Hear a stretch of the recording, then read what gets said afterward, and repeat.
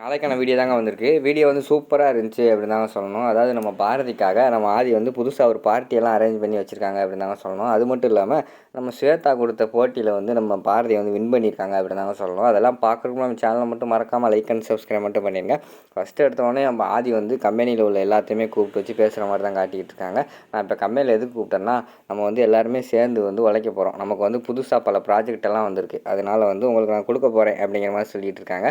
புதுசாக சேர்ந்தவங்க வந்து ஒன்றும் பயப்பட வேண்டாம். என்னடா வந்த அன்னைக்கே வந்து நமக்கு ப்ராஜெக்ட் எல்லாம் கொடுக்க போகிறேன்னு சொல்கிறாரு அப்படின்னு சொல்லிட்டு ஒன்றும் பயப்பட வேணாம். ஏன்னா நமக்கு குறிக்கோள் இருந்தால் தான் நம்மளோட இலக்கை வந்து நம்ம சீக்கிரமாக அடைய முடியும். அதனால தான் அந்த ப்ராஜெக்ட்டு அந்த உங்களுக்கு கொடுக்க போகிறேன்னு சொன்னேன். அதனால் நீங்கள் ஒன்றும் கவலை கிடையாது.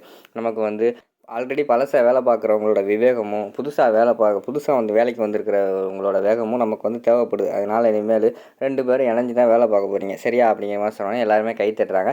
அதில் ஒருத்தர் வந்து கேட்காரு, சார் நான் வந்து இந்த கம்பெனியில் ரொம்ப வருஷமாக வேலை பார்க்குறேன். சிலர் சொல்கிறாங்க பழைய ஆளெல்லாம் தூக்கிட்டு புது ஆள் வேலைக்கு போட போகிறாங்கன்னு சொல்கிறாங்க. அதெல்லாம் உண்மையா சார் அப்படிங்கிற மாதிரி சொன்னோன்னே, அதெல்லாம் கிடையாது. அதில் இருக்கிற எல்லா ஆளுமே நமக்கு தேவைப்படுது. ஏன்னா பழைய ஆளோட அனுபவம் வந்து எனக்கு முக்கியமாக தேவைப்படுது. அதனால் வந்து யாரையுமே நான் வந்து தூக்க போகிறது கிடையாது அப்படிங்கிற மாதிரி சொன்னேன். ரொம்ப நன்றி சார் அப்படிங்கிற மாதிரி சொல்லிட்டு இருக்காங்க. சரி, இப்போ புதுசாக வந்து நேற்று வந்து நம்ம கம்பெனியில் வந்து 3 பேர் ஜாயின் பண்ணியிருக்காங்க.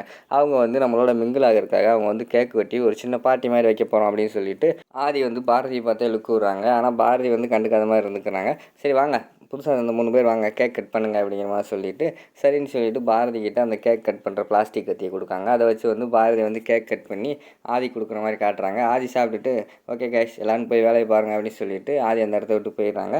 அடுத்து வந்து நம்ம ஸ்வேதா வராங்க. இங்கே பாருங்கள், பாஸ் என்னமோ சொல்லிட்டு போயிட்டாரு, நம்ம வந்து ஒன்றும் ஃப்ரீயாக ஜாலியாக வேலை பார்ப்போம் அப்படின்னு சொல்லிட்டு. அதெல்லாம் இங்கே கிடையாது. நான் வந்து ரொம்ப ஸ்ட்ரிக்ட்டு சரியா, வேகமாக வேலை பார்க்கணும் சரியா அப்படிங்கிற மாதிரி சொல்லிட்டு அந்த இடத்துலேருந்து அவங்களும் போகிற மாதிரி காட்டுறாங்க. அடுத்த சீனில் வந்து பாரதி போய் கேபினில் உட்கார மாதிரி காட்டுறாங்க. அங்கனக்குள்ளே வந்து பக்கத்தில் வந்து அவங்களுக்கு மலர்னு ஒரு பொண்ணு உட்காந்துருக்காங்க. அதாவது பழைய காஞ்சிபுரம் கம்பெனியில் வந்து ஸ்வேதான்னு இருந்தாங்களா, அவங்க பார்த்து அவங்கள மாதிரியே மலரும் கொஞ்சம் வாயாடி மாதிரி இருக்கிற மாதிரி காட்டுறாங்க. அப்போ வந்து ஹாய், என் பேர் மலர், நீ உங்கள் பேர் அப்படிங்கிற மாதிரி கேட்டோன்னே என் பேர் வந்து பாரதி அப்படிங்கிற மாதிரி சொன்னோன்னே, ஏன் உங்களை பற்றி எனக்கு தெரியும் அப்படிங்கிற மாதிரி வந்து அவங்க மலர் வந்து சொல்கிறாங்க. எப்படி என் பேரெலாம் தெரியும் அப்படிங்கிற மாதிரி கேட்டோன்னே, இப்போ தான் ஸ்வேதா மேடம் சொன்னாங்களே அதுதான் பார்த்தேன், எனக்கு வந்து கற்பூர புத்தி அப்படிங்கிற மாதிரி சொல்கிறாங்க. அப்படியா, சூப்பர் சூப்பர் அப்படிங்கிற மாதிரி சொல்லிட்டு இனிமேல் நம்ம 2 பேர் ஃப்ரெண்ட்ஸ் அப்படிங்கிற மாதிரி சொல்லிட்டு அவங்க 2 பேர் ஃப்ரெண்ட்ஸ்னு சொல்லிட்டு பேசிக்கிட்டு இருக்காங்க. அந்த நேரத்தில் வந்து நம்ம ஆதி இருக்கார்ல, ஆதி வந்து பாரதி சைட் அடிக்கிறதுக்கு சும்மாவே ஃபோன் பேசுகிற மாதிரி நம்ம பாரதி கிட்ட வந்து நின்று பார்த்துட்டு போய்கிட்டு இருக்காங்க. அதெல்லாம் மலர் வந்து பார்த்துடுறாங்க. பாரதி, நான் ஒன்று சொன்னால் தப்பாக எடுத்துக்கிற மாட்டீங்களா அப்படிங்கிற மாதிரி கேட்காங்க. சொல்லுங்கள், ஒன்றுமே நினைக்க மாட்டேன் அப்படிங்கிற மாதிரி பாரதி சொல்கிறாங்க. இல்லை, பாஸ் வந்து உங்களை சைட் அடிக்கிறாருன்னு நினைக்கிறேன். ஏன்னா அவர் இப்போ 1 மணி நேரம் தான் ஆச்சு நீங்கள் இங்கே வந்து, அதுக்குள்ளே 3 டைம் வந்து நின்று பார்த்துட்டு போயிட்டார். அதுவும் உங்களை மட்டும் தான் பார்த்துட்டு போகிறாரு. அப்படிங்க நீங்கள் கழுத்தில் தாலி வேறு கட்டியிருக்கீங்களா, அது அவர் கண்ணுக்கு தெரியல போல் அப்படிங்கிற மாதிரி கிண்டல் பண்ணுறாங்க. ஏங்க அதெல்லாம் கிடையாது, சும்மா அவர் எல்லாருமே கம்பெனி எப்படி நடக்குது என்னென்னு சுற்றி பார்க்க வந்திருப்பார் அப்படிங்கிற மாதிரி வந்து பாரதி சொல்லி சமாளிக்காங்க. அதெல்லாம் கிடையாது, நான் சொல்கிறதான் உண்மை அப்படிங்கிற மாதிரி மலர் சொல்கிறாங்க. எனக்கு உங்களை பார்த்தோன்னே எனக்கு பழைய காஞ்சிபுரம் கம்பெனியில் அதான் ஒரு ஃப்ரெண்டு இருந்தா அவன் ஞாபகம் வருது. என்னோடய பெஸ்ட்டு ஃப்ரெண்டு அவள், எந்த விஷயம்னாலும் என் கூடயே நிற்பா அப்படிங்கிற மாதிரி சொல்கிறாங்க.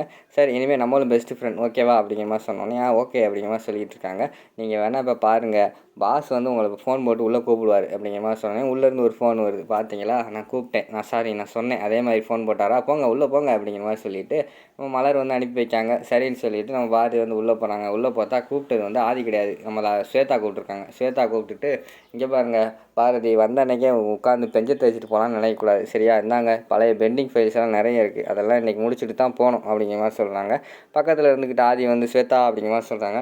ஆமாம், அமைதியாக இருங்க மாமா, பாரதி வந்து நம்மக்கிட்ட வந்து இது விட்டுச்சுல, சேலஞ்ச் பண்ணுச்சுல, அதில் ஜெயிச்சு காட்டட்டும் அப்படிங்கிற மாதிரி சொல்லிட்டு கொடுக்காங்க. எனக்கு பாரதியை பார்த்து பயம் கிடையாது, எனக்கு உன்னையை பார்த்து தான் பயம். ஏன்னா பாரதியோட டேலண்ட் என்னன்னு எனக்கு நல்லா தெரியும். அவங்க கண்டிப்பாக அந்த வேலையெல்லாம் ஈஸியாக அசால்ட்டாக முடிச்சிருவாங்க அப்படிங்கிற மாதிரி சொல்கிறாங்க. அப்படியா மாமா, சரி பார்ப்போம் விடுங்க அப்படின்னு சொல்லிட்டு அந்த ஃபைலெல்லாம் எடுத்து கொடுக்காங்க. சரின்னு சொல்லிட்டு பாரதி அந்த ஃபைலெல்லாம் எடுத்துகிட்டு போகிறாங்க. எடுத்துகிட்டு போய் பார்த்தா அதுக்குள்ளே மலர் அந்த ஃபைலை பார்த்தோன்னே கேட்காங்க, என்ன பாரதி இவ்வளோ ஃபைல் கொடுத்துருக்காங்க, அது முதல் நாளையிலேயே அப்படிங்கிற மாதிரி சொல்கிறாங்க. உடனே நம்ம பாரதி வந்து சொல்கிறாங்க, ஆமாம் மலர், இவ்வளோ ஃபைலையும் இன்றைக்கே நம்ம வந்து பார்த்து முடிக்கணும்னு என்னை சொல்லியிருக்காங்க, முடிச்சாதான் நான் வீட்டுக்கே போக முடியும் அப்படிங்கிற மாதிரி சொல்கிறாங்க. சரி, இதை எப்படி பார்ப்பீங்க அப்படிங்கிற மாதிரி மலர் கேட்குறாங்க. முடியாதுன்னு நினச்சா முடியாது, நம்ம முடியும் நினச்சா கண்டிப்பாக எல்லாத்தையுமே செஞ்சு முடிக்கலாம் அப்படிங்கிற மாதிரி பாரதி சொல்கிறாங்க. சரி வாங்க, நம்ம 2 பேரும் சேர்ந்து பார்ப்போம் அப்படின்னு சொல்லிட்டு மலரும் நம்ம இவங்க இருக்காங்களா பாரதியும் சேர்ந்து பார்த்துக்கிட்டு இருக்காங்க. சரின்னு சொல்லிட்டு ஃபைல்லாம் பார்த்துக்கிட்டு இருக்காங்க. ஈவினிங் ஆயிடுச்சு. ஸ்வேதா என்ன பண்ணுறா அப்படின்னு சொல்லிட்டு அதாவது பாரதி என்ன பண்ணுறாங்க அப்படின்னு சொல்லிட்டு வந்து பார்த்துட்டு அவங்க வீட்டுக்கு கிளம்பிடுறாங்க. அதுக்கடுத்து வேலையாட்கள் ஒவ்வொரு ஆளாக அப்படியே அந்த இடத்த விட்டு ஒவ்வொரு ஆளாக போகிற மாதிரி காட்டுறாங்க. கடைசியில் வந்து நம்ம ஆதியும் போயிடுறாங்க. வெளியில் போயிட்டு நைஸாக வந்து நம்ம பாரதிக்கு வந்து கால் பண்ணுறாங்க. ஆதி வந்து ஃபோன் போடுறாங்கன்னு வருது. அதை வந்து நம்ம இவங்க பார்த்துடுறாங்க. அதாவது மலர் பார்த்துட்டு, பாரதி உங்களுக்கு ஆதி கால் பண்ணுறாரு, நம்ம எம்டி கால் பண்ணுறாரு அப்படிங்கிற மாதிரி சொன்னோன்னே, அது என்னோடய எம்டி கிடையாது, என்னோடய ஹஸ்பண்ட் பேரும் ஆதி அப்படிங்கிற மாதிரி சொன்னேன். ஓ அப்படியா, சாரி எனக்கு என்னமோ ஆதி கால் பண்ணோடனே நம்ம எம்டி தான் உங்களுக்கு கால் பண்ணுறான்னு நினச்சிட்டேன் அப்படிங்கிற மாதிரி சொல்லிவிட்டு அவங்களும் அமைதியாக இருந்துக்கிறாங்க. கொஞ்சம் நேரம் கழித்து பார்த்தா அங்கே வீட்டில் வந்து சீன் காட்டுறாங்க. வீட்டில் வந்து ஸ்வேதா சந்தோஷமாக இருக்கிற மாதிரி காட்டுறாங்க. என்ன ஸ்வேதா சந்தோஷமாக இருக்கா அப்படிங்கிற மாதிரி வீட்டில் அவங்க அப்பாவும் அவங்க அம்மாவும் கேட்காங்க. இன்றைக்கி பாரதி வந்து வீட்டுக்கு வரவே மாட்டான், அந்த அளவுக்கு வேலையை கொடுத்துட்டு வந்திருக்கேன் அப்படிங்கிற மாதிரி சொல்லிகிட்டு இருக்காங்க. ஆனால் அங்கே பாரதி பார்த்தா ஒரு உண்மையை கண்டுபிடிச்சிட்டாங்க. எப்படி ஸ்வேதாவோட அக்கௌண்ட்டுக்கு வந்து 50 லட்ச ரூபா கம்பெனிலேருந்து ட்ரான்ஸ்ஃபர் ஆகிருக்கு, அதை யாருமே கண்டுக்கல, என்ன விஷயம் அப்படின்னு சொல்லிட்டு அவங்க அதை கண்டுபிடிச்சிட்டாங்க. இருக்கட்டும், இதை விடக்கூடாது, சும்மா விடக்கூடாது, போய் கேட்போம் அப்படின்னு சொல்லிட்டு அவங்க வீட்டில் வந்து டயர்டில் வந்து சோஃபாவில் படுத்துடுறாங்க. உடனே அதை பார்த்து ஆதி வந்து பாரதி வந்து டயர்டாக வந்திருக்காங்கன்னு சொல்லிட்டு தலையில் மஜாஜ் பண்ணுவாங்கள்ல, அதெல்லாம் பண்ணி விட்டுக்கிட்டு இருக்காங்க. அதை பார்த்த ஸ்வேதாக்கும் அறிவு எல்லாத்துக்குமே பயங்கரமான ஷாக் ஆகிடுது. ஏன்னா அவன் பப்ளிக்காக வந்து இங்கே ஹாலில் சோஃபாவில் இப்படியெல்லாம் பண்ணிக்கிட்டு இருக்கானே அப்படின்னு சொல்லிட்டு, அடுத்து நம்ம ஆதி சும்மா இருக்காமல் உட்காந்துருங்க பாரதி, நான் போய் டீ எடுத்துகிட்டு வரேன்னு சொல்லி டீயெல்லாம் போட்டு வந்து கொடுக்காங்க. அதை இவங்கெல்லாம் பார்க்க முடியாமல் கடுப்பில் உட்காந்து பார்த்துக்கிட்டு இருக்கிற மாதிரி காட்டிகிட்டு இருக்காங்க.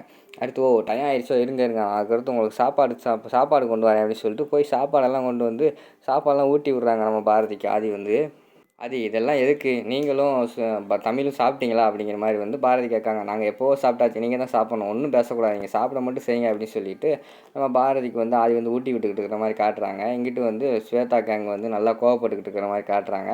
அதோட பார்த்தீங்கன்னா இந்த எபிசோட வந்து முடிச்சிடுறாங்க.